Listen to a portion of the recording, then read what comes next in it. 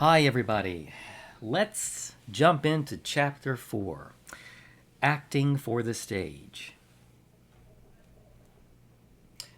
Chapter 4 begins on page 75, by the way.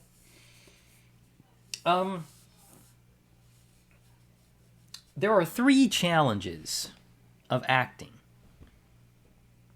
And let me mention again, of course, our focus in this class, in this chapter, is acting for the stage, right? However, there are times when I might use film to make a few points as well. And I often, when I do, I will often point out that, well, this works in film as well as on the stage, or I might point out certain differences, but it is different. Acting on stage versus acting on film is it's a different experience. And that's something we can discuss more about later. But getting the focus back to acting on the stage. Three challenges of acting. Number one, to make characters believable. What Stanislavski called the inner truth. And we will learn more about Stanislavski momentarily. So, three challenges of acting. Number one, to make characters believable. Number two, physical acting. The use of the voice and the body. Number three, synthesis and integration. That's combining the inner and the outer skills. So let me introduce you to Konstantin Stanislavski. Making characters believable. One major aspect of the craft of acting is credibility. The ability to make those of us in the audience believe in the characters that appear on stage. To make the characters convincing. Let me back up a moment. Think about the importance of credibility in your profession. Whatever it is you're majoring in, whatever it is you plan to do post graduation, think about how important credibility is. How important it is to be credible as a physician or an auto mechanic or a lawyer, a restaurant manager, just a business person, owning your own business. If you are or plan to be an entrepreneur, how important is credibility? So, in the profession of performance, in acting, in the theater, the ability to make those in the audience believe in the character that I've worked hard to become this character, and for the audience to believe in my performance on stage is the goal, my ultimate goal as an actor. So, in looking at the development of realistic acting from the mid-17th century on, there were serious attempts to define the craft or the technique of credible, natural acting. Such an approach became more important than ever at the end of the 19th century when drama began to depict characters and situations that were very close to everyday life. And there are three playwrights, three guys you need to know about. Henrik Ibsen of Norway, August Strindberg of Sweden, and Anton Chekhov of Russia. Three playwrights that perfected a type of drama that came to be known as realism. This drama was called realistic because it closely resembled what people could identify with and verify from their own experience. So in performing plays by these three dramatists, not only the spirit of the individual dramatic characters, but also the details of their behavior had to conform to what people saw of life around them.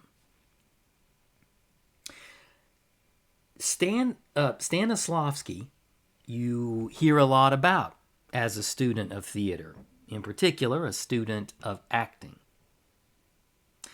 The Stanislavski system, as we call it, it's a system, is a technique for realistic acting. Before the realistic drama of the late 1800s, actors, through their own talent, if you want to say, through their own genius, with some, had achieved believability on stage. It just, those that had a God-given talent, and some that have that today, right? God-given talent. Some of you might have that talent. Perhaps it has not been discovered or nurtured. Well, and look at it this way. Some of you in high school may have been exceptional on the basketball court, or exceptional on the baseball field, or some of you might be exceptional musicians or singers, right? What about writers? Are there any poets in this class? Any artists in general, right? And you just have this gift. You've always had the gift. And studying and learning more about the craft, your gift, whether it's on the basketball court or at the keyboard, writing short stories and poetry. Whatever that is, you could certainly learn more about that craft and become a better basketball player, become a better fisherman, become a better carpenter, etc. You get the idea. If we learn, right? If we have a, the master-student relationship. But my point is, some of us are simply born with gifts.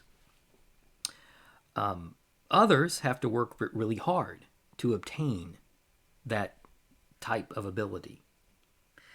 So although there were and still are individuals out there that just have a gift for acting, for performing on stage, nobody had developed a system where it could be taught to others, where the craft of acting could be passed on to to future generations. The person who eventually did this most successfully was the Russian actor and director Konstantin Stanislavski. He was a co-founder of the Moscow Art Theater in Russia. He was the director of Anton Chekhov's most important plays. And Stanislavski was also an actor. By closely observing the work of great actors of his day, and by drawing on his own acting experience, Stanislavski identified and described what these gifted performers did naturally, what was intuition to these actors.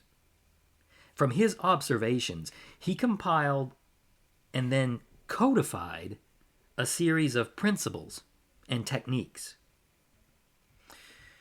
We might assume that believable acting is simply a matter of being natural, but Stanislavski discovered, first of all, that acting realistically on stage is extremely artificial, and it's difficult.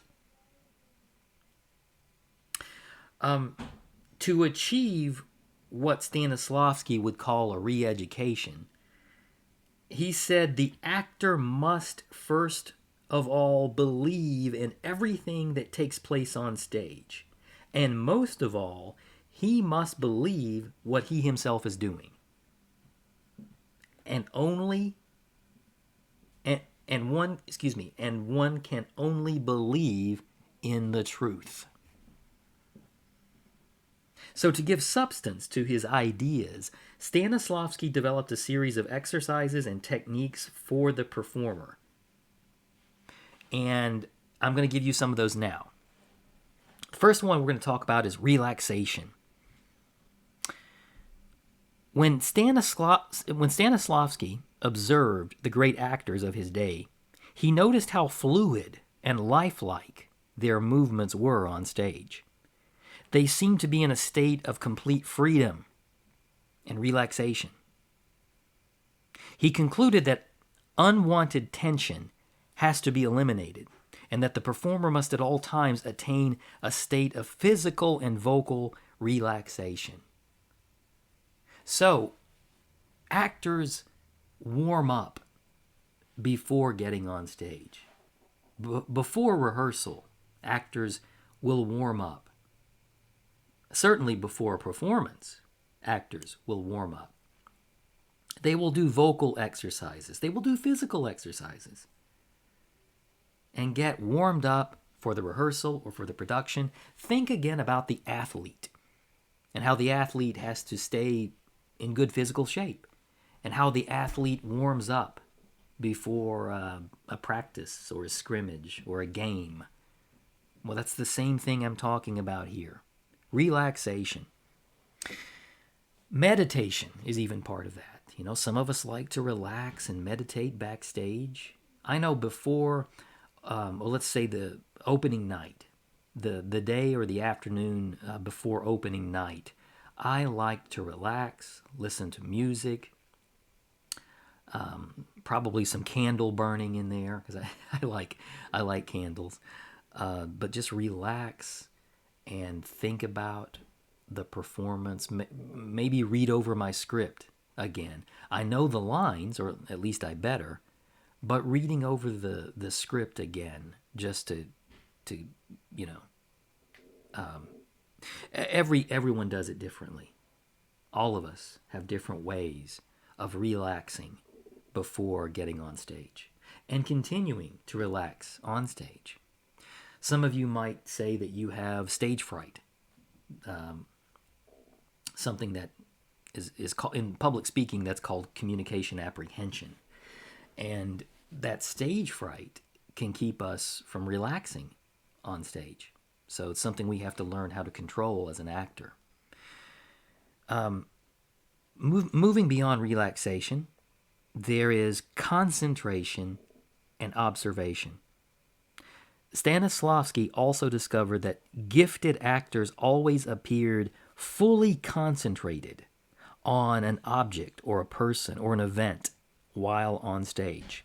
And he referred to the extent or the range of concentration as a circle of attention. Circle of attention. This can be compared to a circle of light on a darkened stage. The actor should begin with the idea that it is a small, tight circle, including only that actor and perhaps one other person or one piece of furniture.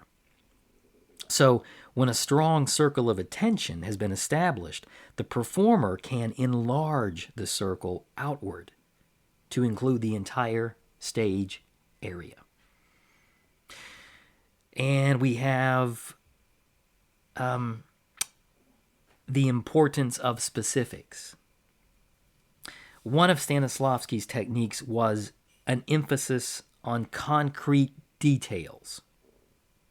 Performers should never try to act in general, he said, and should never try to convey a feeling such as fear or love in some vague way. In life, Stanislavski said, we express emotions in terms of specifics. Someone who is anxious might twist a handkerchief. An angry child throws a rock at a trash can. A nervous business person might jangle or play with their keys in their pocket. Performers have to find similar concrete activities, those specifics. The performer must also conceive of the situation in which a character exists. Stanislavski referred to this as given circumstances. Given circumstances. stances, excuse me. In what kind of space does an event on stage take place? Is it formal? Is it informal? Is it public? Does it take place at home? How does it feel? What's the temperature? Is this scene, is this play, is it taking place at summer? Is it springtime, fall, winter? What's the environment like? The lighting. Think about the lighting. Think about what has gone on just before this scene and what's expected to happen after this scene. So these are questions that must be answered in concrete terms. So given circumstances and the specifics, the importance of specifics, very, very important part of Stanislavski's system.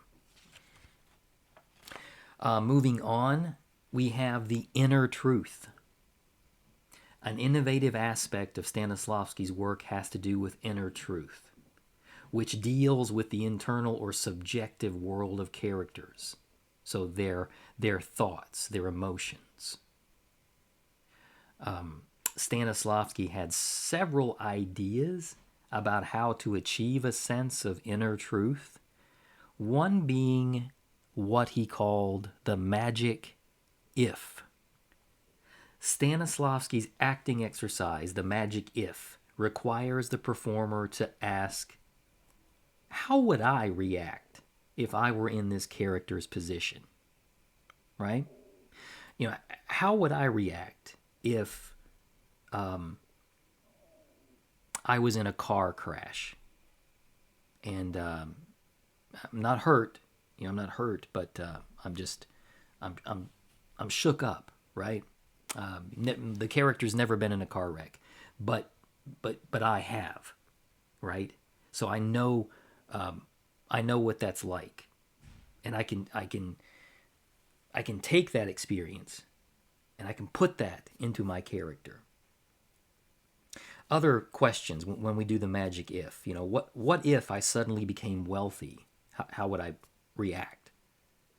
What if I were vacationing on a Caribbean island? What would that be like for me? And if I've never been to the Caribbean, perhaps I can pick another destination, someplace I've been to. Personally, I love the Golden Isles of Georgia, South Georgia. And I've never been on a cruise. I've never been to the Caribbean. So I might draw upon those experiences, other tropical areas I've been to, in order to arrive at what the character needs. So the magic if. The word if becomes a powerful lever for the mind. It can lift us out of ourselves and give us a sense of absolute certainty about imaginary circumstances. Another important principle of Stanislavski's system is that all action on stage must have a purpose. This means that the actor's attention must always be focused on a series of physical actions. We call these psychophysical actions. Psychophysical actions, linked together by the circumstances of the play. Stanislavski determined these actions, these psychophysical actions, by asking three essential questions: what, why, and how.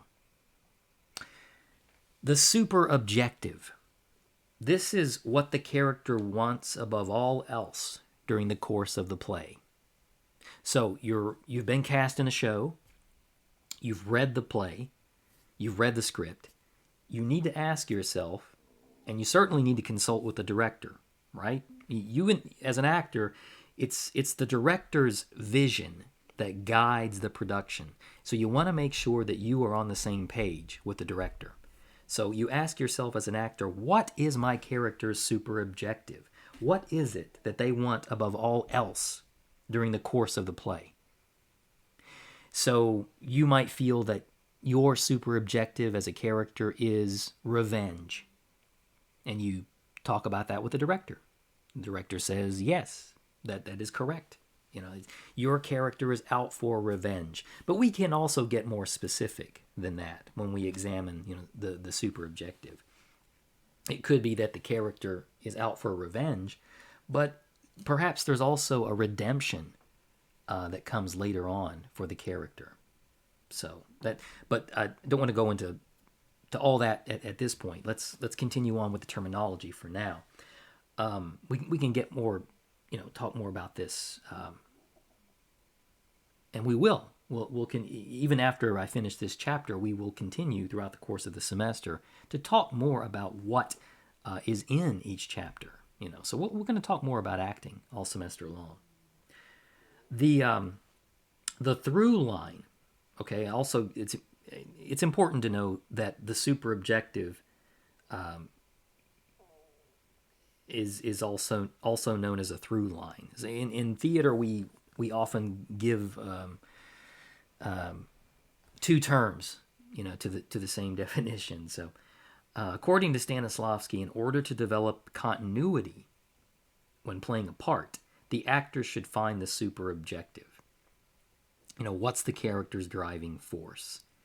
And if a goal can be established toward which the character strives, it will give the performer an overall objective. And from that objective can be developed a through line that can be grasped. Another term for through line is spine. The through line or the spine of the character. I'm sorry. I misread my note.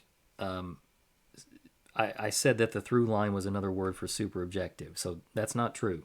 The super objective is what the character wants above all else during the course of the play, and I meant to say that a through line is really the same thing as a spine, a character spine.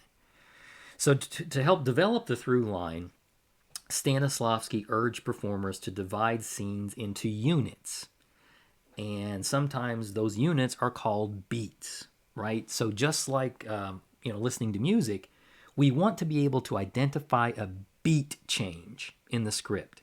And it could be an obvious beat change, such as your character is getting agitated in a scene. The other character is causing your character agitation. You're getting frustrated. And then that develops into full-blown anger. And that would definitely be an obvious beat change in that scene. Because you've gone from just being, mildly frustrated into full anger, a full rage. So we look for those beat changes as actors when we are assessing our characters and learning the script, learning our lines. Ensemble playing. Except in one-person shows, performers do not act alone. They interact with other people.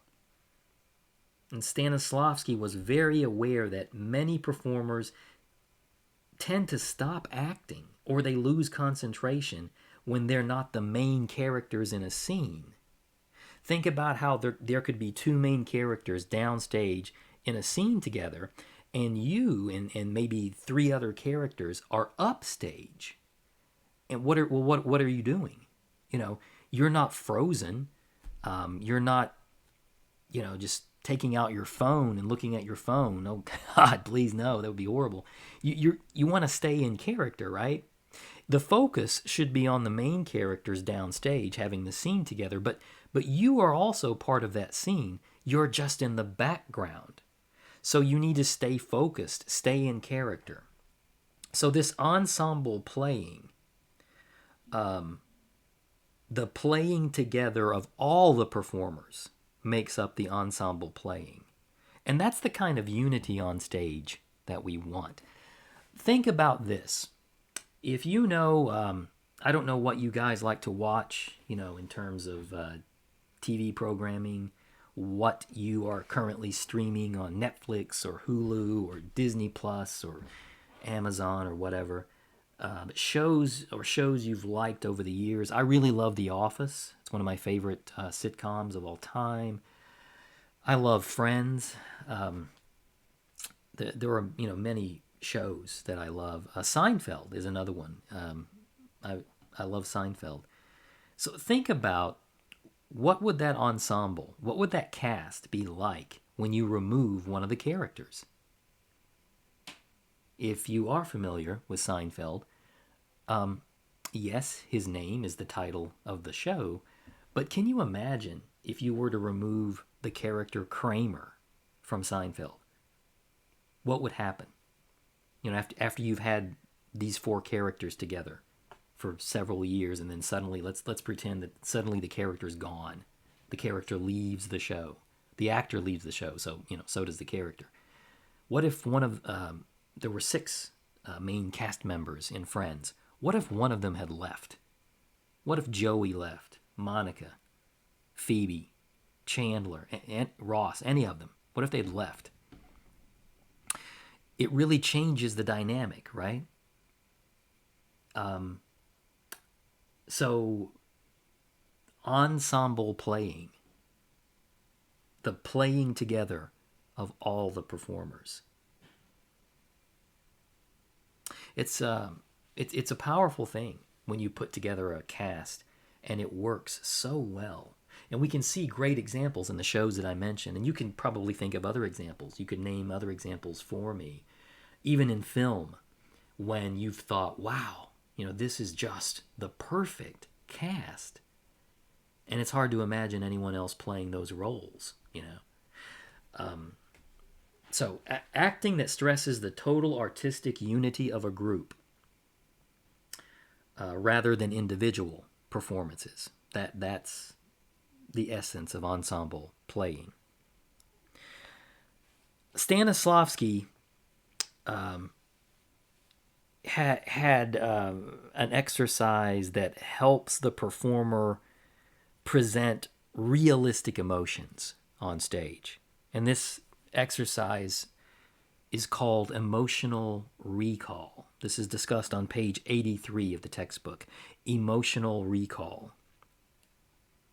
This was a tool intended to help performers achieve a sense of emotional truth on stage.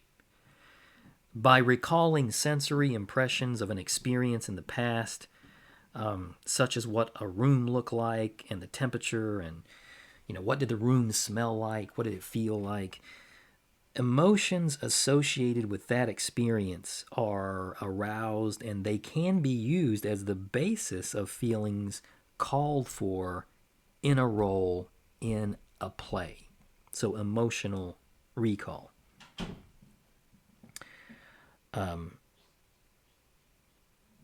Lee Strasberg. You should know Lee Strasberg, a founder of the Actors Studio in New York City. He focused on the inner aspects of Stanislavskian theory. So Strasberg was a big advocate for emotional recall, whereas Stella Adler and Sanford Meisner, these were other students of Stanislavski. They went on to develop their own acting studios, and they felt that Strasberg emphasized the inner aspects of acting to the exclusion of everything else. So they differed. They were all using the Stanislavski system, but here you had the students moving on to teach. The students were becoming the masters, so to speak, and there was a difference in philosophy. So Stella Adler, Sandy Meisner, they felt that Strasberg was putting too much importance on emotional recall. Moving on, I mentioned earlier that the craft of acting has physical demands, much like the athlete. I'll often compare it to being an athlete. Among the many skills involved in becoming a performer, there are various vocal and physical skills. Speaking clearly and distinctly projecting out into the audience, throwing the voice out into the auditorium is itself an ability that actors must train for. I have taught, I don't teach this class any longer, but I taught a class called Voice and Articulation. This was a communication class, and it wasn't just for performers and for actors, but it was for anyone who wanted to learn how to control their voice, how to speak up better, how to project better, how to enunciate, how to articulate better. So it was a fun class. I miss teaching that one. And also moving gracefully. A variety of physical challenges. You may be in a Shakespeare play, and you have to learn how to sword fight. Do you come from a martial arts background? Your skills, your abilities, your background, all of that stuff looks good on a performer's resume. It could be archery, could be a myriad of sports that you should always include that on a resume. These skills are transferable to the stage.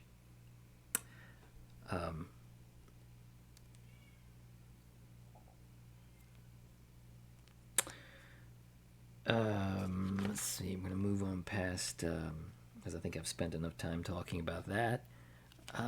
If you have not done so, please read over Chapter 4. Chapter 4 is one of my favorites because, hey, I'm an actor. My emphasis, I think I told you, my emphasis in college was acting and directing. So, and coming up next, Chapter 5 is the director and the producer. So,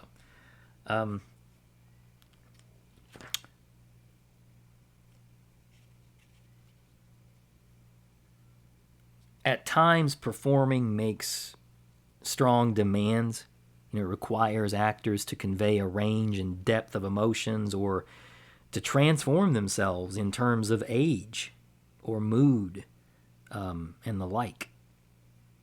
For a transformation in age, we use makeup on stage, and this is something that as an undergrad, I took a few classes in makeup design, and I learned how to do it better, because actors in theater, for the most part, I should say, are most often in charge of their own makeup. You will have someone that's hopefully there to help if you are inexperienced, but we wear makeup on stage for various reasons. You want to be able to see the face, you want to be able to see the eyes, the expressions that the actor makes on face, and we can lose a lot of that. So we learn makeup design, how to apply that, whether it's straight makeup or it's special makeup, special effects, prosthetics, and that sort of thing. But just as a side note, we will talk a bit more about makeup when we cover the chapter on costume design, because makeup often gets thrown in with costume design. So, but I brought that up because it's not just looking the part. If I am, let's say I'm a 23-year-old actor, but I'm supposed to be playing a 45 or 50-year-old person on stage, it's not just the makeup. I need to do things to become that character and to do it in a believable way. And it could be that I have to change the way I move, the way I walk, the way I talk even, to appear older on stage. Why? Because I want to be believable. I want the audience to believe in my performance. Only when the character is portrayed, convincingly, that's when we have, true integration. When a performer is approaching a role in a play, the first task is to read and analyze the script. You've got to read the script. I don't think I've ever auditioned for a play without reading the script first. If I really don't think I have. The only exceptions could be if it's a brand new play, and you don't have access to the script. But most often, a director and casting directors, they will most often give you scenes to read, from the play. But speaking from the college and university experience, it's encouraged heavily to read the play before an audition.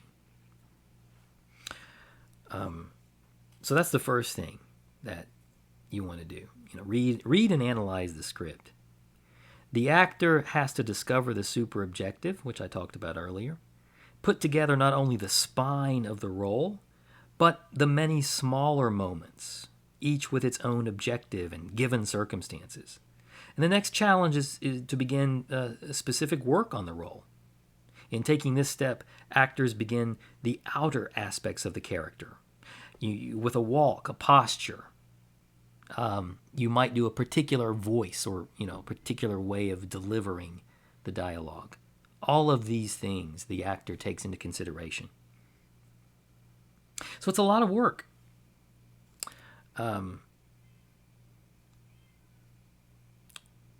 Performers delve deeply into the psyche of the character to try to understand and duplicate what the character feels inside. And only by doing this will an actor go on to develop the outer characteristics. That's it for chapter 4. Like I said, when we'll move into the director and the producer next time. If you guys have any questions at all, do not hesitate to contact me via email. And remember, I am always available to set up a Zoom call if ever needed, or we could do an audio call if you guys need to talk about anything pertaining with the class. Keep up the good work with the discussions, okay? You guys are doing great. Keep that up.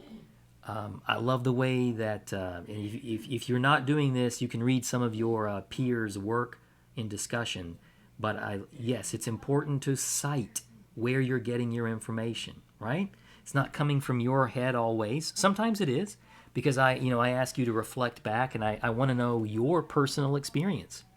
I want you to tell me your experience. I want you to tell me the way you feel about a particular scene, a particular character. I want to know what you feel, what you think. But when you are using the research of another, you need to cite that information, right? Are you taking it from the textbook? Are you taking it from another source? So I'm seeing you do that, and that's really great. So good stuff, guys. I hope you're enjoying the class, and we'll talk again soon. Thank you. Bye-bye.